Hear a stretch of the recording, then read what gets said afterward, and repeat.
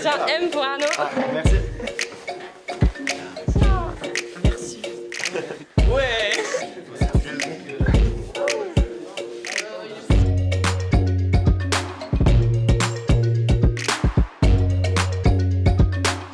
Ici à Ginette, tous les élèves sont internes. C'est un principe, hein. Et puis c'est directement lié, si vous voulez, à la pédagogie qu'on essaye de mettre en place, de développer à l'école. C'est la co-responsabilité. C'est le fait que chacun puisse prendre en charge une partie de la vie de l'école, que ce soit sur le plan culturel ou sur le plan de la vie de la classe ou même le parcours scolaire des élèves. C'est quelque chose qu'on ne va pas déléguer aux professeurs ou à l'administration comme on le fait par exemple au lycée. Étudiant de Ginette. Ensuite tous en bleu. Une des applications de la co-responsabilité, c'est que quasiment tous les élèves ont une charge. Ils sont chargés de. Les principales charges sont le chargé de travail, c'est lui qui va organiser la vie du travail de l'école, notamment tout ce qui est l'école du soir ou l'école de l'après-midi. Mais on a les chargés des activités sociales, donc c'est lui qui va répartir les activités sociales pour les élèves. Et on a les chargés des activités culturelles. Voilà, donc chaque élève a une part de responsabilité, pas personnelle, mais vis-à-vis de sa classe. Il n'y a pas d'élève qui n'a pas de responsabilité. Moi, par exemple, je suis chargé d'écologie, donc je fais partie du comité à l'écologie à Ginette.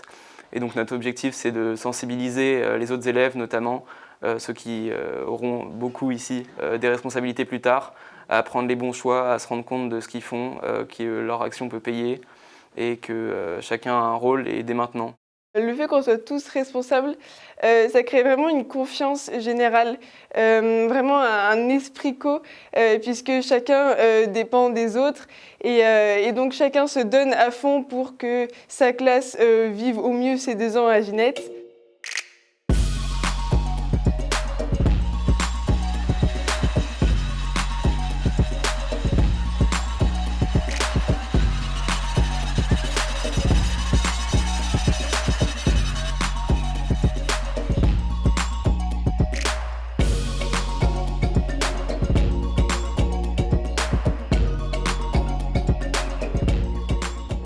Ce que j'aime à Ginette dans l'internat, c'est le fait de pouvoir discuter avec les gens qui sont dans la piole et dans les pioles d'à côté, dans les chambres d'à côté, de pouvoir leur poser toutes les questions que j'ai et pouvoir ainsi mieux comprendre.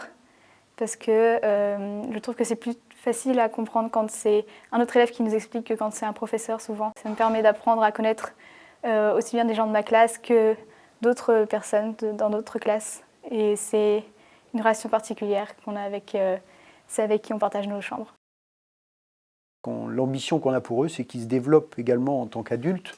Et la vie en collectivité, le contact avec les autres, c'est vraiment une part importante. Et donc l'internat, c'est ça.